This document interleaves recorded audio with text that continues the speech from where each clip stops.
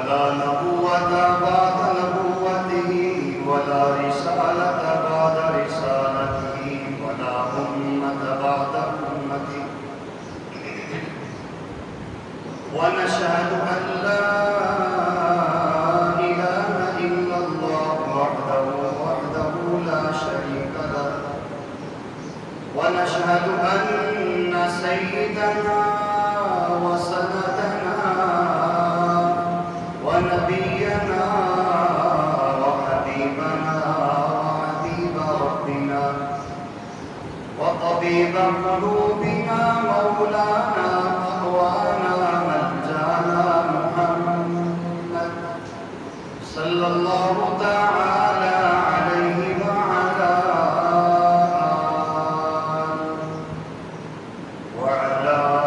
آله وأصحابه الطيبين الطاهرين لا سيما على الخلفاء الراشدين المهديين ولعنة الله على أعدائهم أجمعين إلى يوم الدين. أما بعد فأعوذ بالله من الشيطان الرجيم. بسم الله الرحمن الرحيم. اليوم أكملت لكم دينكم وأتممت عليكم نعمتي ورضيت لكم الإسلام دينا. وقال تعالى في مقام آخر إن الدين عند الله الإسلام. وقال تعالى ومن يبتغ غير الإسلام دينا فلن يقبل منه وهو في الآخرة من الخاسرين. وقال تعالى لن ينال الله لحومها ولا دماؤها ولكن يناله التقوى منكم. وقال النبي صلى الله تعالى عليه وسلم لا يؤمن أحدكم حتى يكون هواه تبعا لما جئت به. وقال النبي صلى الله عليه وسلم إن الله لا ينظر إلى صوركم وأموالكم ولكن ينظر إلى قلوبكم وأعمالكم أو كما قال عليه الصلاة والسلام. صدق الله مولانا العظيم وبلغنا رسوله النبي الكريم ونحن على ذلك لمن الشاهدين والشاكرين والحمد لله رب العالمين. اللهم صل على سيدنا ومولانا محمد وعلى آل سيدنا ومولانا محمد وبارك وسلم عليه. اللهم صل على روح محمد في الأرواح وصل على جسد محمد في الأجساد وصل على قبر محمد في القبور وصل على روضة محمد في الرياض وعلى آله وصحبه وبارك وسلم تسليما كثيرا كثيرا.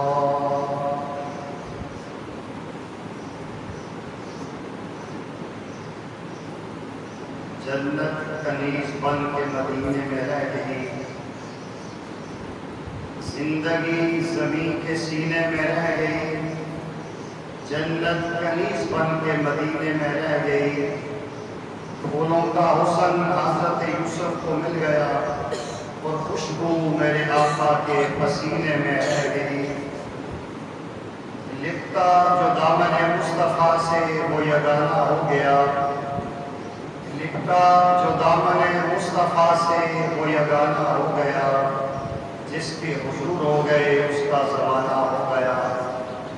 انتہائی قابل سر احترام واجب احترام تقریم میرے بزرگوں، نوجوان دوستوں، عزیز بچوں، میری پردہ نشین مسلمان بہنوں، اللہ جل جلالہ نے آج زندگی میں ایک بار پھر خوشیوں بھرا، راحتوں بھرا، لذتوں بھرا، رحمتوں بھرا دن عید الاضحیٰ کا ہم سب کو صحت و سلامتی کی صورت میں عطا کیا ہے۔ اللہم لک الحمد و لک الشکر لا احصی ثناء علیک۔ اس لمحے ہمیں اللہ جل جلالہ کا شکر ادا کرنا چاہیے۔ سینکڑوں ایسے لوگ، ایسے مرد و خواتین ہوں گے جو کسی عارضے کی وجہ سے آج صحت کی نعمت سے محروم ہوں گے۔ کئی ایسے لوگ ہوں گے جو پابند سلاسل ہو کر جیل کی کاٹ کوٹری میں اپنے اعزاء اقربا کی محبتوں سے دور ہوں گے۔ کئی ایسے ہوں گے جو ظالم کے جنگل میں پھنسے ہوں گے۔ یہ اللہ جل جلالہ کا کتنا کرم، کتنا فضل و لطف ہے، مجھے آپ کو اللہ جل جلالہ نے بن مانگے خوشیوں سے مالا مال یہ دن عطا کیا ہے۔ اللہ جل جلالہ قرآن میں فرماتے ہیں لئن شکرتم لأزیدنکم، اگر میری نعمتوں پر تم شکر ادا کرو گے تو میں تمہاری نعمتوں میں اضافہ کروں گا۔ ہمیں ہر اس لمحے میں خوشی کا اظہار کرنا چاہیے۔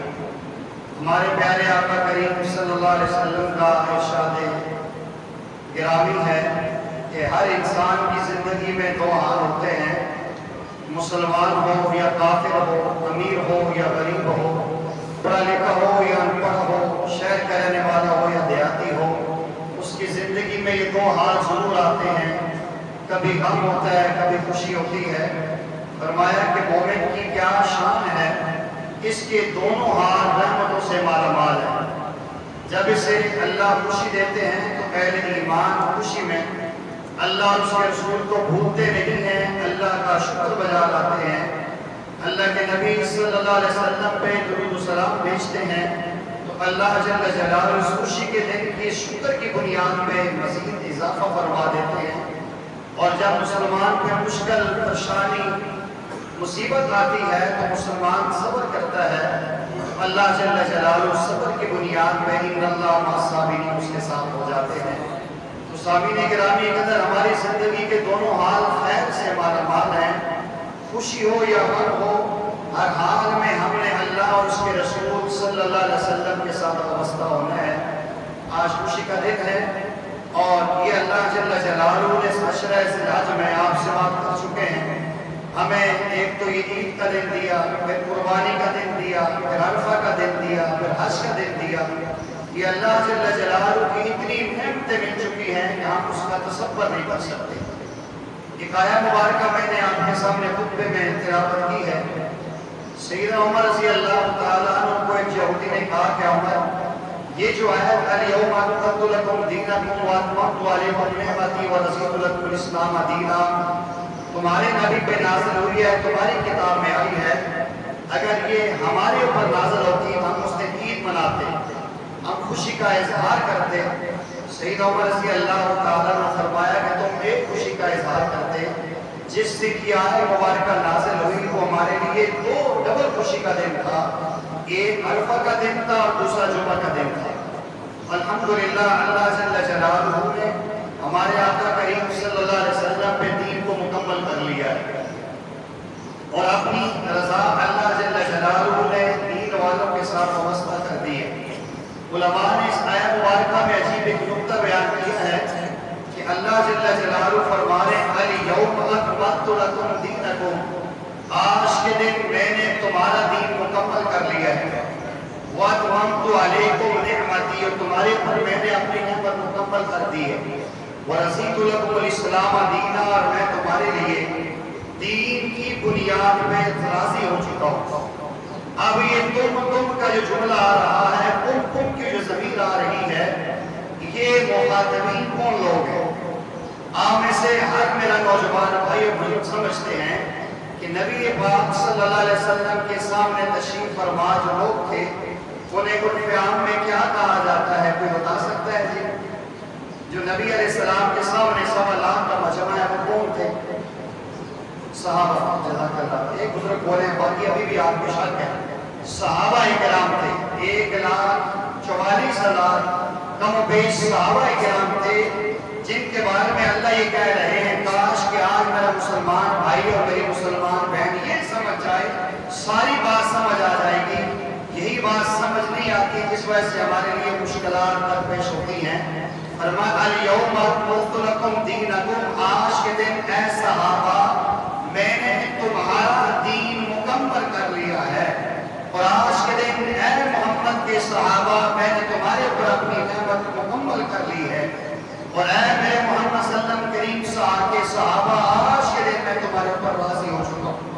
اس آیت مبارکہ میں اللہ تعالیٰ نے ہمیں ایک میسج پیغام دیا ہے کہ اللہ کی یہاں دین وہ معتبر ہے جو ابوبکر، عمر، عثمان، علی، طلحہ، زبیر سارے صحابہ کرام کا ہوگا۔ جو بندہ صحابہ کرام میں سے کسی بھی صحابی کے بارے میں ایک رائے کے دانے کے برابر بھی بدگمانی، غلط فہمی رکھتا ہے، اس کا دین اسلام سے کوئی تعلق نہیں ہے، کیونکہ قرآن کی اس آیت نے واضح کہہ دیا ہے، اللہ خود فرما رہے ہیں الیوم اکملت لکم دینکم، اے وہ لوگوں جو محمد صلی اللہ علیہ وسلم کے سامنے بیٹھے ہو، آج کے دن میں نے تمہارا دین تم پہ مکمل کیا ہے، اور دین اسلام وہی ہے جو صحابہ کرام کا۔ کاش آج ہم یہ سمجھ جائیں کہ دین کی اولی قربانیاں دینے والے صحابہ کرام ہیں، جنہوں نے نبی کریم صلی اللہ علیہ وسلم کی مازال البصر کی آنکھ کے اشاروں پہ سب کچھ قربان کیا ہے۔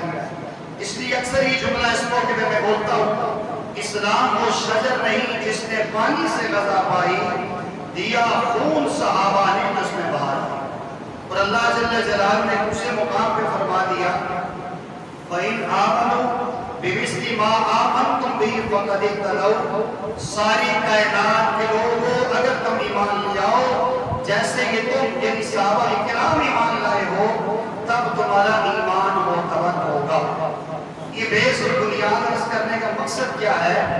آج میں اور آپ اگر کامیابی چاہتے ہیں، ہم کسی رخ پہ چلنا چاہتے ہیں، کوئی ایک ڈائریکشن لینا چاہتے ہیں، تو ہمیں صحابہ کرام کے دروازے پہ جانا پڑے گا۔ صحابہ کرام رضوان اللہ علیہم اجمعین کی طرح امام الانبیاء صلی اللہ علیہ وسلم پہ تن من دھن نچھاور کریں گے، انشاءاللہ پھر ہم کامیابوں کے زینے طے کرنا شروع کریں گے۔ آج اس دنیا میں ہر انسان کامیابی چاہتا ہے، میں بھی اور آپ بھی، ہر انسان یہ چاہتا ہے میں کامیاب ہو جاؤں۔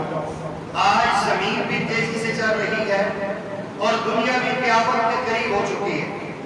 آپ غور کر کے دیکھیں، اگر میں یوں کہوں تو کوئی کو بجا ہوگا کہ پہلے لوگ آرام آرام سے جیتے تھے، آرام آرام سے مرتے تھے، آرام آرام سے خوشیاں ہوتی تھی، آرام آرام سے غم ہوتے تھے، بڑے دنوں بعد کہیں سنتے تھے کہ بندہ فوت ہوا ہے۔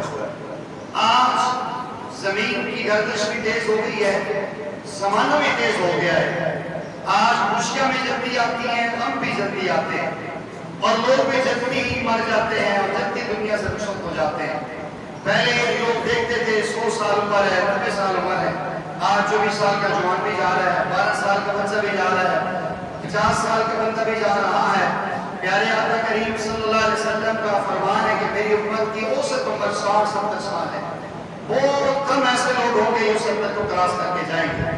تو یہ زمین اتنی تیزی سے جا رہی ہے، اتنا جلدی ہم قیامت کے قریب ہو رہے ہیں۔ اس وقت اگر میں اور آپ چاہتے ہیں کہ ہم کامیابی کی طرف جائیں، دو باتیں ایسی ہیں، اگر ان دو باتوں کو ہم تھام لیں، یقین جانے کہ یہ سمجھے وہ کامیابی کے ضامن ہے، اور وہ دو چیزیں ہمارے اختیار میں، وہ ہے ایک چیز وقت، جو اللہ جل جلالہ نے ہمیں وقت دیا ہے۔ آج اگر اس وقت کی ہم قدر کر لیں، اپنے وقت کو محفوظ کر لیں، اور پھر اس وقت کو آخرت کے لیے ذخیرہ کر لیں، تو انشاءاللہ ہم کامیاب ہیں۔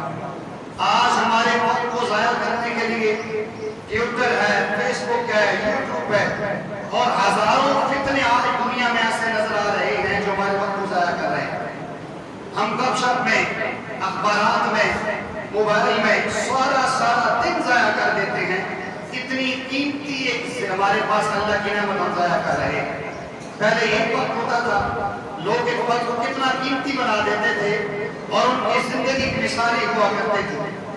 آپ غور کر کے دیکھیں اپنے محدثین پہ، فقہاء پہ، مفسرین پہ، انتہائی چھوٹی چھوٹی عمریں، قدر کی آج دنیا ان کی مثال لانے سے قاصر ہے۔ ہم امام اعظم ابو حنیفہ رحمہ اللہ کی رمضان میں اکثر واقعہ سنتے ہیں کہ رمضان میں آپ کتنے سب قرآن ختم ہوا کرتے تھے۔ ایک دن میں قرآن پڑھتے تھے، ایک رات میں قرآن پڑھتے تھے اور 3 قرآن تراویح میں سنا کرتے تھے۔ ایک مہینے میں اتنے سب قرآن کو ختم کر لیتے تھے۔ کتنی وقت کی قدر کی، آج پورے سال میں ایک قرآن ہم سے ختم نہیں ہوتا 360 دنوں میں۔ آپ غور کریں، یہ پہلی جو کامیابی کا ضامن ہے، وقت کا حفاظت کرنا، آج ہم اس کو ضائع کر رہے ہیں۔ آج اگر ہم چاہیں اس وقت کو قیمتی بنا سکتے ہیں۔ ایک ایک لمحہ ہماری زندگی کو بنا رہا ہے، ہماری زندگی کو بگاڑ رہا ہے۔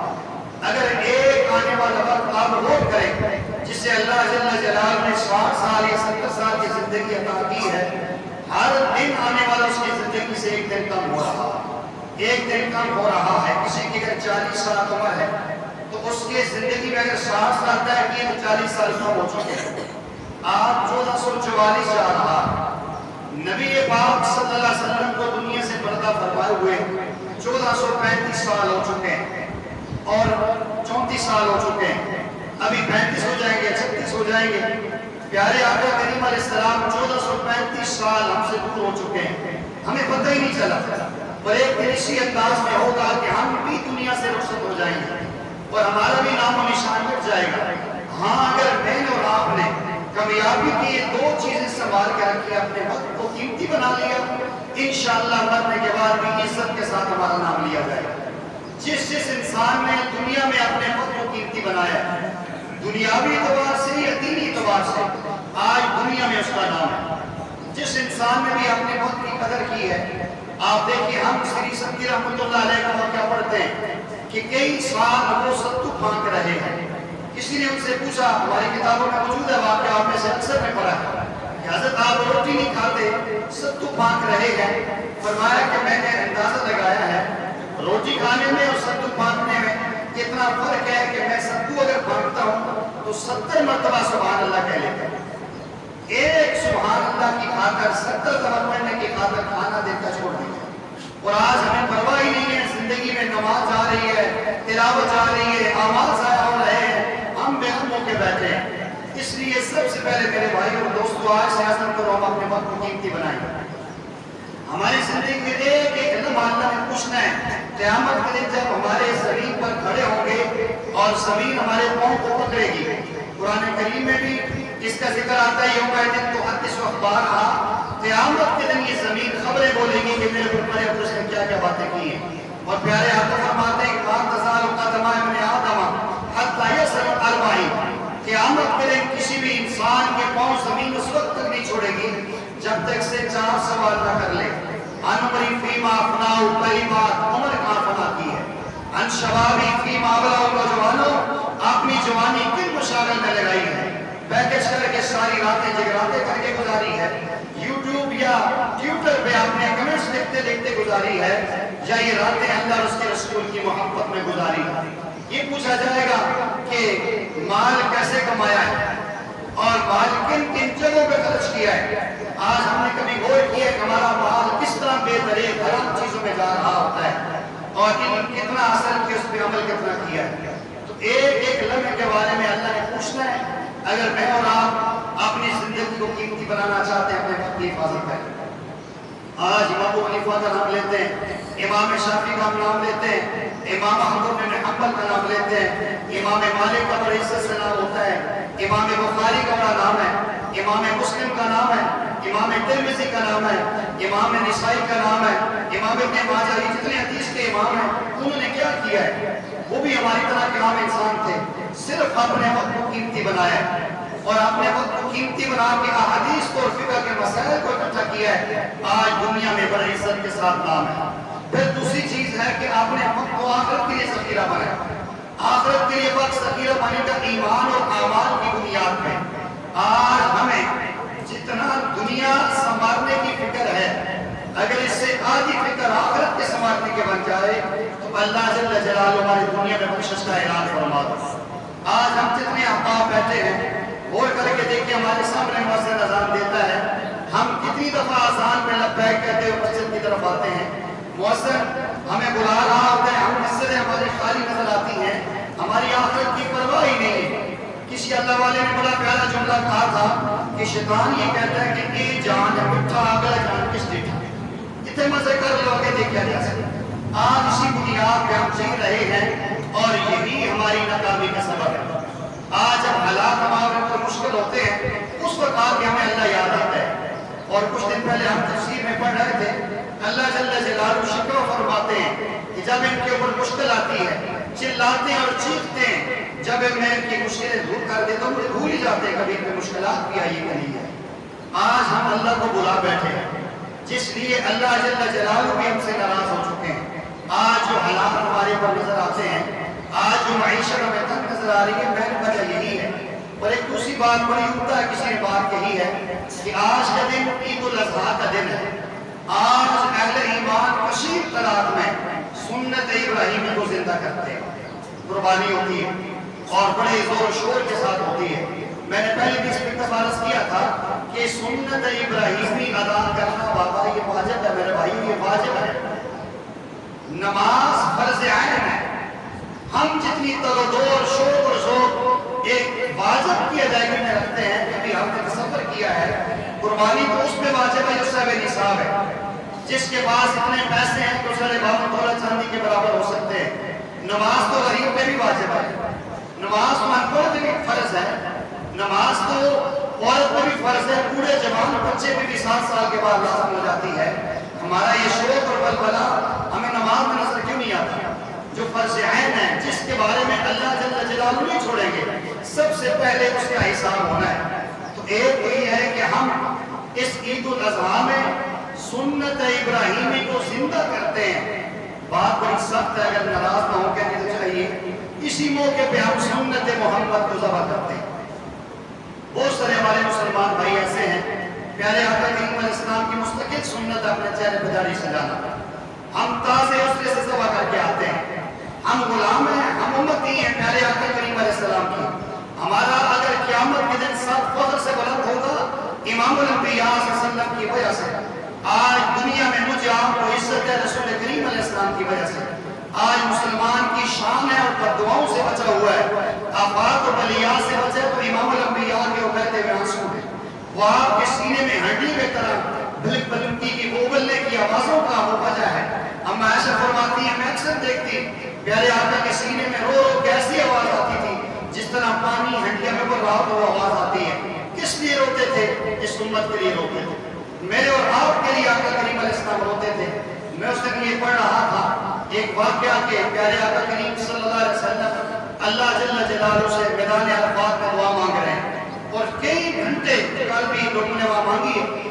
کئی گھنٹے اونٹ پہ کھڑے ہو کر رسول اللہ صلی اللہ علیہ وسلم نے دعا مانگی ہے آج ہم 5 منٹ دعا کر لیں تو نمازیوں کے ماتھے پہ پل بچ جاتے ہیں پیر بچ جاتے ہیں یا مولوی صاحب تو لے لے یار ایسا تو اور کام بھی کچھ نہیں بس دعائی شکتی تھی میں نے یہ خود الفاظ سنے ہیں کئی نوجوانوں سے آپ جمعے میں بہت لمبی دعا کرتے ہیں یعنی یوں لگتا ہے کہ میں اللہ سے کچھ دیر میں آپ کے لیے کچھ نہیں مانگ رہا حالانکہ خوش ہونا چاہیے کہ ہمیں وقت نماز میں دعا میں زیادہ لگتا ہے 100 میں سے چند افراد ایسے ہیں جو سنت کے مطابق نماز پڑھنے پہ خوش ہیں جو سنت کے مطابق دعاؤں پہ خوش ہیں اکثر ہم کہتے ہیں جان چھڑا میں اکثر آپ احباب سے عرض کرتا ہوں اور آپ اپنی آنکھوں سے آفتے مشاہدہ کرتے ہیں بھائی ہم نے عبادت کی ہے جمعہ کی نماز پڑھی ہے اور جمعہ میں ایک کثیر تعداد میں اہل ایمان شامل ہوتے ہیں جمعہ کی نماز کا مقصد کیا ہے صرف مقصد یہ ہے کسی ایک اللہ کے نیک بلی کی وجہ سے سب کی بگڑی بن جائے سب کی دعائیں قبول ہو جائیں ہمارا سلام پیچھے پھرتے ہیں اور یہاں سے بھاگنے کی آوازیں پہلے آتی ہیں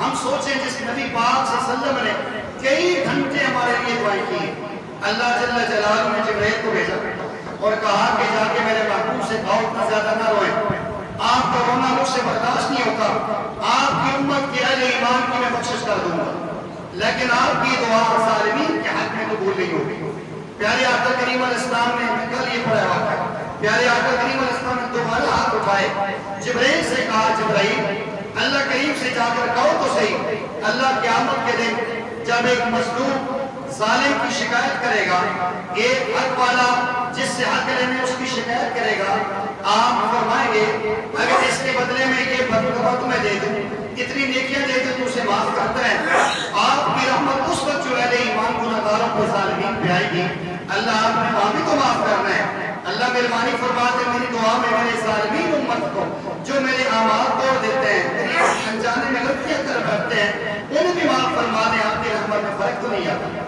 وہ آقا کریم علیہ السلام کو نگاروں کو بھی نہیں چھوڑ رہے، ان کے لیے دعائیں مانگ رہے ہیں۔ آج میں اور آپ کتنے ستم ظریف ہیں، اس آقا کریم علیہ السلام کی کتنی نافرمانیاں کرتے ہیں۔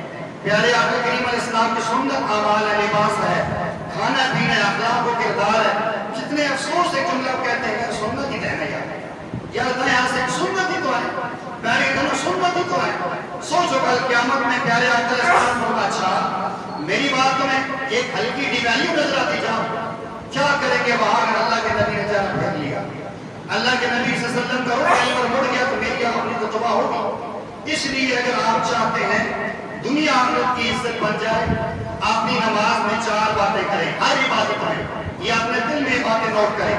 سب سے پہلے اپنی عبادت میں حاضری لگوائیں، دوسری بات اپنی عبادت اللہ جل جلالہ کے دربار میں جمع کروائیں، تیسری اللہ جل جلالہ سے رحمت اپنے اوپر واجب کروائیں، اور چوتھی اپنی دعا کو دور کروا کے گھر جائیں۔ یہ چاروں چیزیں میں اور آپ حاصل کر سکتے ہیں اگر ہم حاصل کرنا چاہیے۔ راستہ دے دیں جو احباب کھڑے ہیں، ان کو راستہ دے دیں، اوپر والے حال میں بچے اگر آپ مہربانی کریں اوپر حال میں چلے جائیں، جو ہمارے احباب آ رہے ہیں ان کے لیے مشکلات ہو۔ دنیا میں میری طرف متوجہ ہوں، دنیا میں جتنے بھی معاملات ہیں، ہم ماشاءاللہ پڑھے لکھے نوجوان ہیں، ہم آفس میں جو لوگ جاب کرتے ہیں، ہاسپٹل میں جہاں بھی کرتے ہیں، پہلے یہ ہوتا تھا وہاں حاضری لگتی تھی، رجسٹر پہ نوٹ کرتے تھے، آج کل ایسا ہوتا ہے تھم لگاتے ہیں۔ جو بھی شامل ہوتا ہے ہاسپٹل میں اپنے سرکاری آفس میں جاتے ہیں وہاں انگوٹھا لگاتے ہیں۔ انگوٹھا لگانے کا مطلب یہ ہوتا ہے کہ میں آ چکا ہوں، میری حاضری ہو چکی ہے۔ پھر جہاں سے واپس آتے ہیں پھر انگوٹھا لگاتے ہیں۔ دنیا میں بغیر حاضری لگائے مزدور کو مزدوری بولو نہیں ملتی، ملازم کو تنخواہ نہیں ملتی۔ ہم اگر عبادت کرنا چاہتے ہیں عبادت میں حاضری لگائیں۔ حاضری کیسے لگے گی؟ ابھی انشاءاللہ کچھ دنوں کے بعد عید کی نماز پڑھیں گے، روزانہ 5 ٹائم ہم نماز پڑھتے ہیں کہ نہیں پڑھتے ہیں؟ اللہ اکبر کہہ کے ہم نماز شروع کرتے ہیں، اگر ہم ذہنن بھی قلبن بھی روحن بھی اور جسمن بھی حاضر ہے تو ہماری حاضری۔ اللہ کے نبی صلی اللہ علیہ وسلم نے فرمایا تعبد اللہ تعالیٰ کا طرح ہو، یہ 12 منٹ اس کے دوبارہ عرض کر رہا ہوں، اللہ کی ایسی عبادت کرو گویا تم اپنی آنکھوں سے اللہ کو دیکھ رہے۔ اگر اللہ کو نہیں دیکھ رہے کم از کم یہ تو تصور کرو اللہ کو میں دیکھ رہا۔ اگر میری اور آپ کی عبادت میں یہ کیفیت بن گئی سمجھو ہماری حاضری لگ گئی، اور اگر یہ کیفیت نہیں بنی تو حاضری نہیں لگی۔ اور جب مزدور کی حاضری نہ لگے تو دیہڑی نہیں ملتی، ملازم کی حاضری نہ لگے تو تنخواہ اور دن کی کٹ جاتی ہے۔ جب میری اور آپ کی عبادت میں حاضری نہیں لگے گی تو بھول جاؤ عبادت قبول نہیں ہوگی۔ اگر آپ کوئی بھی عبادت قربانی کی عبادت ہے، نماز کی عبادت ہے، زکوٰۃ کی عبادت ہے، روزے کی عبادت ہے، حج کی عبادت ہے، قبول کرنا چاہتے ہیں تو سب سے پہلے کیا لگانا ہے جی؟ حاضری لگوانی ہے۔ سارے خیالات کو پیچھے پھینکنا ہے، اللہ جل جلالہ کے سامنے کھڑے ہو جانا ہے۔ ہم کہتے ہیں سیدنا علی مرتضیٰ رضی اللہ تعالیٰ نماز پڑھ رہے تھے جی، ان کی پنڈلی میں تیر لگ گیا اور سجدے میں گئے، پتہ ہی نہیں چلا انہوں نے تیر پھینک دیا، وہ نماز کی حاضری لگی ہوئی تھی۔ ہم یہاں کھڑے ہوتے ہیں، دنیا کے سارے خیالات ہمارے دماغ میں آتے ہیں، پھر کہتے ہیں 40 سال ہو گئے تھے نمازاں پڑھنا پہ جی کوئی بھی نہیں ہوا۔ پھر وہ فرقے والے لوگ اٹھتے ہیں آ کر کہتے ہیں 40 سال سے تم نمازیں پڑھ رہے ہو کیا ملا تمہیں؟ 20 سال سے تراویح کو کیا ملا تمہیں؟ وہ صحیح کہتے ہیں پھر اگرچہ انداز تو غلط ہے۔ جب ہم نماز میں حاضری نہیں لگاتے اللہ جل جلالہ کہ ہماری نماز قبول ہی نہیں ہوتی تو ہمیں کیا صلہ ملے گا؟ تو سب سے پہلی چیز یہ ہے کہ ہم کیا کریں اپنی عبادت میں بولیں جی کیا کریں؟ بولیں حاضری لگوائیں گا۔ لگتا ہے یہ کام کا ارادہ نہیں ہے، نہ لگواؤ مجھے کیا ہے میں تو لگواؤں گا۔ تو سب سے پہلی چیز یہ ہے کہ جب بھی عبادت کریں تو کیا کرنا ہے جی؟ نماز میں حاضری لگوانی ہے، خاص کیفیت سے عبادت کرنی ہے۔ دوسری اللہ جل جلالہ کی اپنی عبادت اس کے کھاتے میں جمع کروائے۔ فرمایا کہ جو انسان التحیات للہ والصلوات والطیبات یہ کلمات صحیح سوچ سمجھ کے پڑھتا ہے، اگر آپ کو یاد ہو یہ وہ کلمات ہیں جو کائنات کے عظیم ترین انسان امام الانبیاء فخر کائنات صلی اللہ علیہ وسلم نے عرش بریو سے کراس کر کے سدرۃ المنتہا کے مقام پہ اللہ سے پہلی ملاقات میں 3 جملے بولے تھے، التحیات للہ والصلوات والطیبات، میری بولی ہوئی میری بدنی جانی مالی ساری باتیں للہ تیری۔ جب یہ کلمات ہم گزر جاتے ہیں پرواہ بھی اس لیے اللہ کے دربار میں اللہ کے ہمارے اعمال جمع ہی نہیں ہوتے۔ جو آدمی ان 3 کلمات کو سمجھ کے پڑھتا ہے، اللہ میری بولی، میری فعلی، میری بدنی، میری جانی، میری مالی، ساری باتیں اللہ تیرے لیے ہیں۔ پیارے آقا صلی اللہ علیہ وسلم کے حدیث کا مفہوم ہے، جو یہ جملہ بولتا ہے اللہ جل جلالہ اس کے نام اعمال میں عبادت جمع کر دیتے ہیں۔ سبحان اللہ۔ آئندہ کے جب بھی عبادت کریں یہ 3 جملے سمجھ کے پڑھیں کہ جملوں میں اللہ سے ہم کیا ملاقات کر رہے ہیں، اور یہ وہ خاص کلمات ہیں جو اللہ کے نبی نے کائنات کی سب سے بلندی پہ پہنچ کے پڑھے تھے۔ 2 باتیں ہوگی، پہلے حاضری لگانی ہے، دوسری اپنی عبادت اللہ کے دربار میں جمع کروانی ہے، تیسری بات اللہ جل جلالہ کی رحمت کو آپ نے اوپر واجب کرانا ہے۔ آپ چاہتے ہیں کہ چاہتے ہیں کہ آپ اللہ جل جلالہ کی رحمت کو اپنے پر واجب کریں؟ لگتا ہے تو اس میں اللہ خفا ہو، کوئی نہیں ہوگی، بولو ہی میں دل میں خوشی میں اظہار کرو، چہرے پہ مسکراہٹ ہونی چاہیے یار، کم از کم چلو جنازہ میں پھر پریشان ہونا چاہیے نا، خوشی میں چہرے پہ اظہار کرو، خندہ پیشانی سے مسکرانا بھی عبادت ہے۔ پیارے آقا کریم صلی اللہ علیہ وسلم نے اللہ نے آپ سے کہا السلام علیکم ایھا النبی ورحمۃ اللہ وبرکاتہ، اے میرے محبوب آپ پہ سلامتی بھی ہو، رحمتیں بھی ہو، برکتیں بھی ہو۔ پیارے آقا نے کیا جملہ بولا آگے جی؟ اگر آپ کو تشہد آتی ہے جس کو بولو، کیا آگے بولا؟ السلام علینا وعلی عباد اللہ الصالحین۔ اس جملے میں اگر صحیح کیفیت کے ساتھ تمام صالحین کا تصور کر کے اس درود شریف کے ساتھ یا آگے درود شریف پڑھیں گے السلام علینا وعلی عباد اللہ الصالحین، ہم روزانہ تشہد ہر وقت ہر 2 رکعت میں پڑھتے ہیں، اللہ ہمارے اوپر بھی ہو سلامتیاں، ہمارے اوپر بھی وہ رحمت ہے۔ یہ جملہ بولا تھا میرے آپ کے آقا نے، ہم سب بولتے ہیں وعلی عباد اللہ الصالحین، پوری کائنات میں اللہ جو آپ کے صالحین بندے ان پر بھی نازل ہو۔ جب یہ تصور بولے پوری کائنات کے صالحین کا تصور کرے، تمام صالحین کی طرف سے نیکی بھی آپ کو مل جائے گی اور اللہ کی رحمت کا آپ مستحق بھی ہو۔ اور اس کے بعد آخری بات ہے دعا کا قبول کروانا۔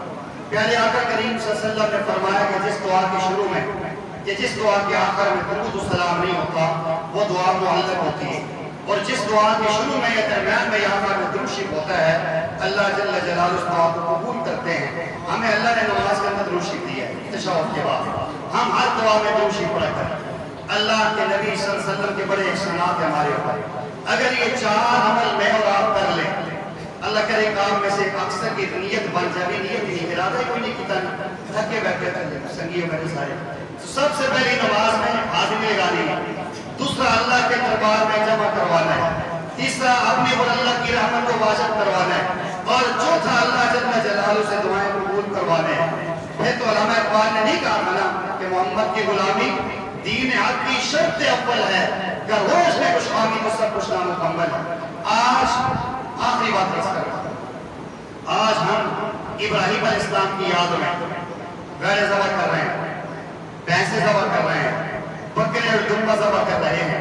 اللہ تعالیٰ نے خود کہا کہ لن ینال اللہ لحومہا، مجھے تمہارا گوشت نہیں چاہیے، ولا دماء، مجھے تمہارا گوشت نہیں چاہیے، نہ خون چاہیے، نہ چمڑیاں چاہیے، نہ تمہارے سرے پائے چاہیے، ولکن ینال التقوی منکم، مجھے تمہارے دل کا تقوی چاہیے۔ آج ہم لاکھوں روپے پہ چھری پھیرتے ہیں، کاش ہم اپنی نفسانی خواہشات پہ چھری پھیرتے ہیں۔ آج میرے بہت سارے نوجوان ایسے بھائی ہیں، آج انہیں کہا جائے بھائی اپنے چہرے پہ داڑھی سجا لو، لوگ کیا سکتے مولوی بن گئے، یہ ایک نفسانی خواہش ہے، ہم اس کو قربان نہیں کر سکتے، کروڑوں پہ ذبح کریں، اللہ کے دربار میں کیا کرو گے؟ اگر یہ چیز بری ہوتی اللہ کے نبی کے چہرے پہ کبھی نہ سجتی، تمام انبیاء نبی چہرے پہ داڑھی سے جاتے ہیں۔ آج یہ ہماری نفسانی ہم نہیں رکھ سکتے، کیا کرنا چاہیے؟ اٹھے کام بھی کہنا چاہیے۔ یقین کرے میں رات میں بات کر رہا تھا، ایک بزرگ تھے قبر سے میں نے بات کی، میں نے کہا 16 سال سے میرے ساتھ آپ کا تعلق ہے، آپ اٹھتے بیٹھتے ہیں، معاملہ کرتے ہیں، ملتے ہیں، ایک عرض کرتا ہوں آپ سے کہ اپنے چہرے کو سنت کے نور سے سجا لیں۔ کہنے لگی گالی نہیں کرنا کرے، میرے تو خوشی ہے، میرے تعلقات خراب ہو سکتے۔ ممبر پہ بیٹھا ہوں، میرے 2 بندے اور بھی گواہ بیٹھے ہیں، میں نے کہا بابا اب بھی چھوڑ دو مجھ سے، میرا تمہارا کوئی تعلق نہیں ہے، کہ نبی کی سنت سے نفرت ہے، مجھے کوئی پرواہ نہیں، وہ بوڑھا کے جواب ہے۔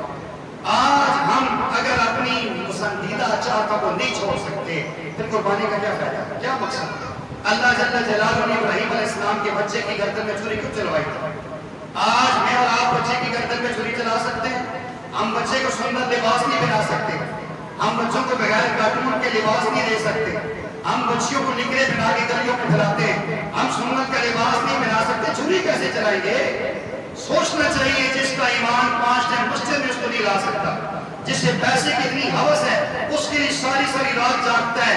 رسول اللہ صلی اللہ علیہ وسلم نے فرمایا جس نے نماز چھوڑ دی گویا اس کا سب کچھ تباہ ہو گیا، اکیلا کھڑا ہے، ہمیں اس کی پرواہ نہیں ہے۔ ہم کس منہ سے کل رسول کریم علیہ السلام کے سامنے آئے؟ پیارے آقا کریم علیہ السلام کے بہت سارے واقعات اس وقت نہیں جانا چاہتا ہوں۔ خدا را قربانی کے فلسفے کو سمجھیں، قربانی گوشت کھانے کا نام نہیں ہے، قربانی کروڑوں روپے خرچ کرنے کا نام نہیں ہے، قربانی اپنی ذاتی چاہتوں کو قربان کرنے کا نام ہے۔ میں نے گزشتہ جو میں عرض کیا تھا کہ ابراہیم علیہ السلام کو بڑھاپے میں اللہ نے بیٹا دیا اور اس کے بعد ہلکی سی اللہ نے محسوس کی کہ ابراہیم کے دل میں بیٹے کی ہلکی سی محبت آ رہی ہے، تو آپ نے فرمایا چھری پھیر اس محبت کو کاٹ دو۔ جب آپ نے چھری چلا دی گویا اللہ کی محبت غالب کر دی، اللہ نے خلیل اللہ بنا دیا۔ آج بچوں کی خاطر ہم سود بھی لیتے ہیں، بچوں کی خاطر رشوت بھی لیتے ہیں، بچوں کی خاطر اسلام کے خلاف باتیں نہیں کرتے ہیں، بچوں کے پیٹ پالنے کی خاطر نماز ادایا کرتے ہیں، جائز ناجائز کی پرواہ ہم کر دیتے ہیں کہ اللہ کو ہم کیا جواب دیں۔ تو صبر کرو، سوچ میں باتوں کو۔ 4 تکبیر نماز، یہ جو ہے اس کو 6 تکبیر زائد عید الاضحیٰ